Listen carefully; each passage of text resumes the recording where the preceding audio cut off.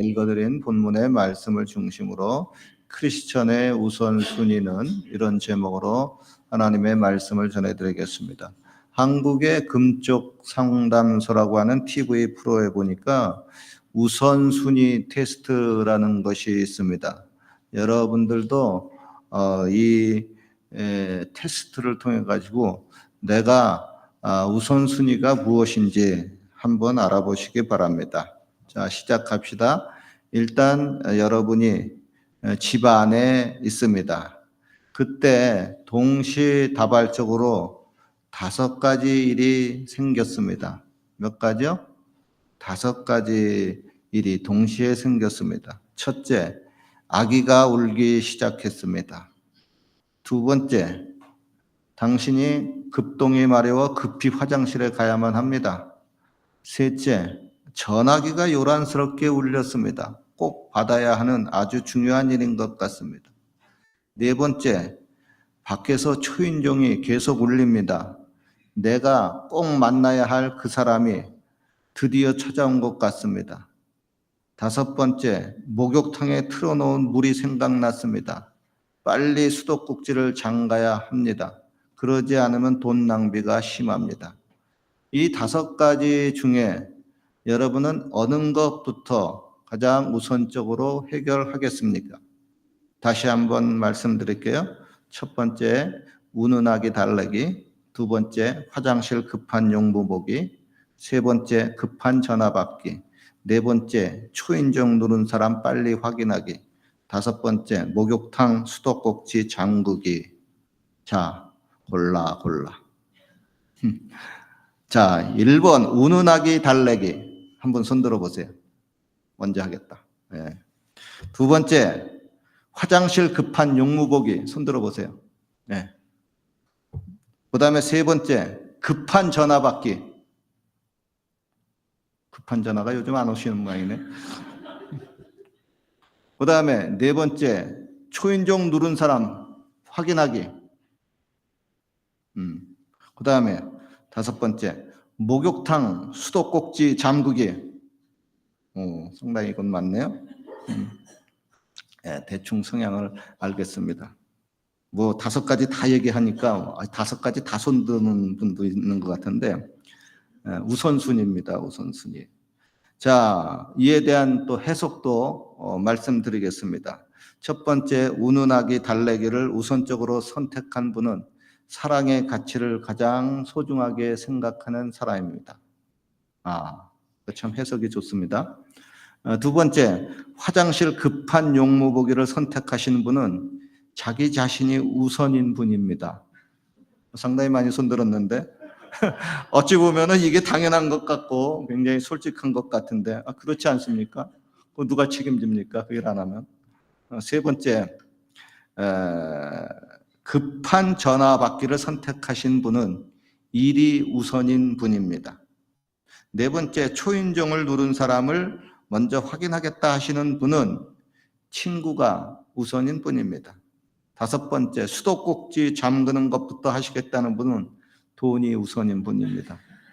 이것도 상당히 많이 손들었어요. 참 실용적입니다. 어때요, 여러분? 이거 보니까 나의 우선순위가 뭔지 대충 짐작을 할 수 있겠죠? 물론 여러분, 이 테스트는 성경에 나오는 진리가 아닙니다. 그렇다고 이게 또 미신도 아니에요. 어느 정도 심리적 연구가 바탕이 된 테스트입니다. 그러니까 이게 100% 맞는 것도 아니고요. 100% 틀린 것도 아닙니다. 제가 보기에는 이거 대충 한 60, 70% 정도 맞는 테스트 아닌가 그런 생각이 들어요. 자, 이러한 우선순위 테스트는 그냥 내 성향에 따라서 사실대로 고르기만 하면 됩니다. 별로 어렵지 않습니다. 그러나 좀 더 난이도가 있는 테스트가 있습니다. 이 테스트도 같이 한번 해봅시다. 먼저 결혼하신 남성들에게만 해당하는 질문입니다. 당신이 어머니와 아내와 함께 바다에 놀러 갔습니다. 조그만 배를 탔습니다. 그런데 그만 배가 뒤집혀서 어머니하고 아내가 깊은 바다에 빠져서 허우적댑니다. 너무나도 다급한 상황입니다. 빨리 구조하지 않으면 어머니도 죽고 아내도 죽을 판입니다. 자, 이때 당신은 누구를 먼저 우선적으로 구조하겠습니까? 둘 중에 하나를 고르면 되는데 이것은 선택하는 사람에 따라서 매우 어려운 선택이 될 수가 있을 겁니다.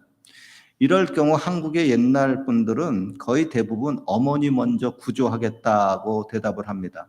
왜냐하면은 당시의 사람들은 유교의 그 부모 공경, 효도 사상을 철저히 배웠기 때문에 그렇습니다. 그리고 나를 낳아준 어머니는 이 세상에 단 한 분뿐이고 아내는 죽어도 새로 장가들면 된다고 생각하기 때문입니다. 그러나 요즘의 젊은이들은 이와 반대로 생각하는 분이 좀 많을 겁니다. 즉 어머니는 곧 죽으실 것이고 아내는 나와 평생을 같이 살아야 하니까요.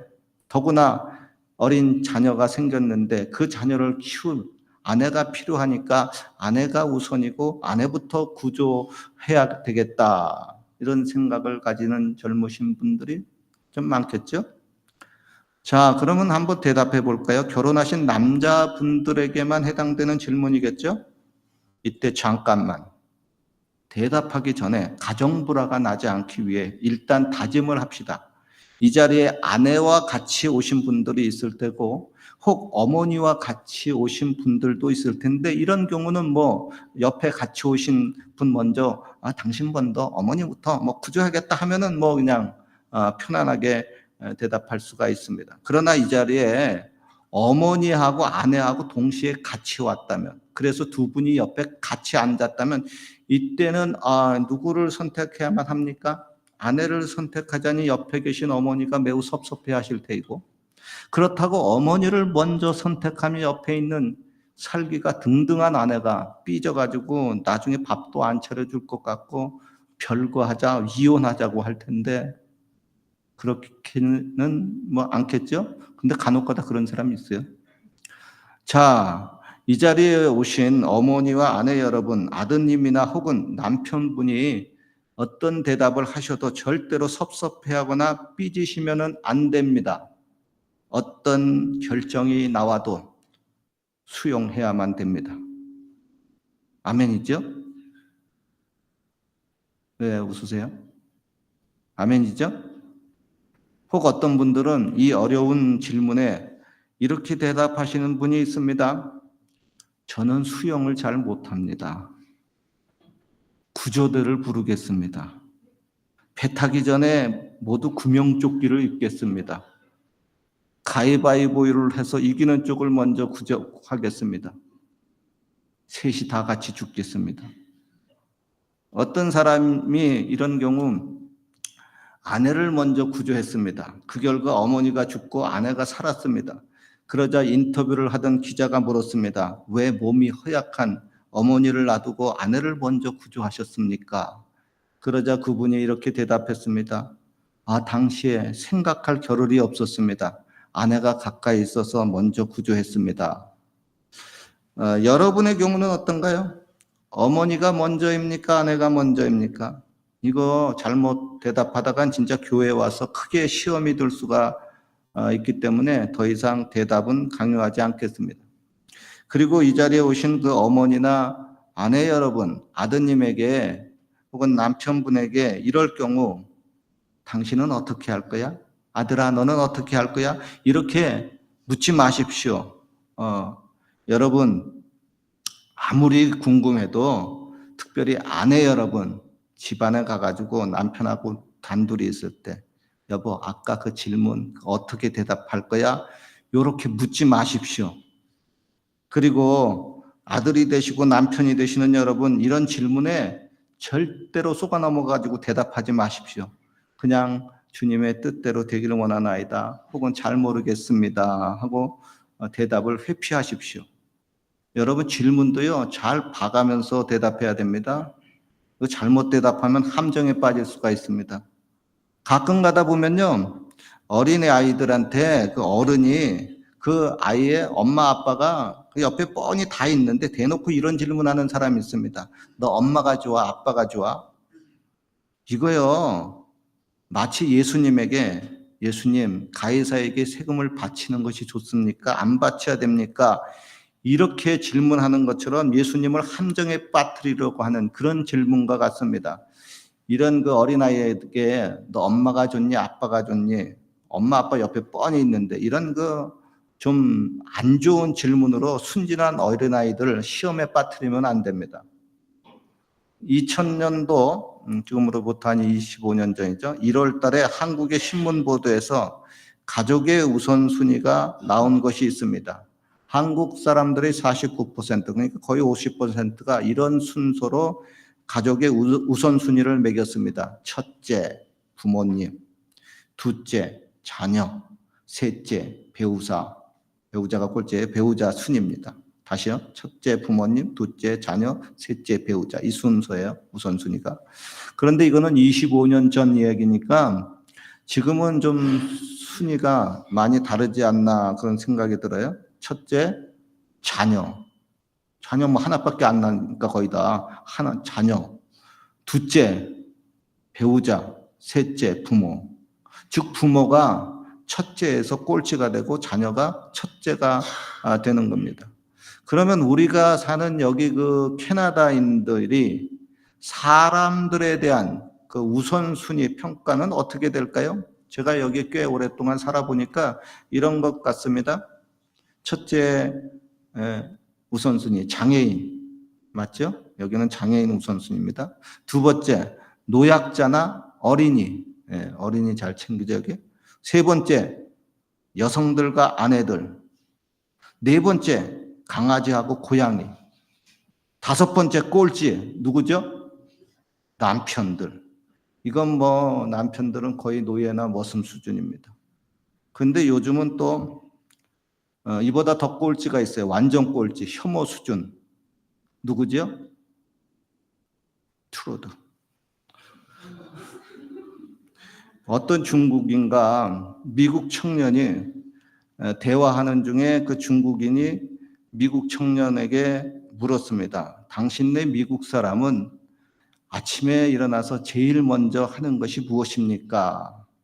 예, 우리는 수염을 깎고 먼저 세수를 합니다. 그러자 중국인이 대답을 했습니다. 그래요? 우리 중국 사람은 제일 먼저 옷을 입는데요.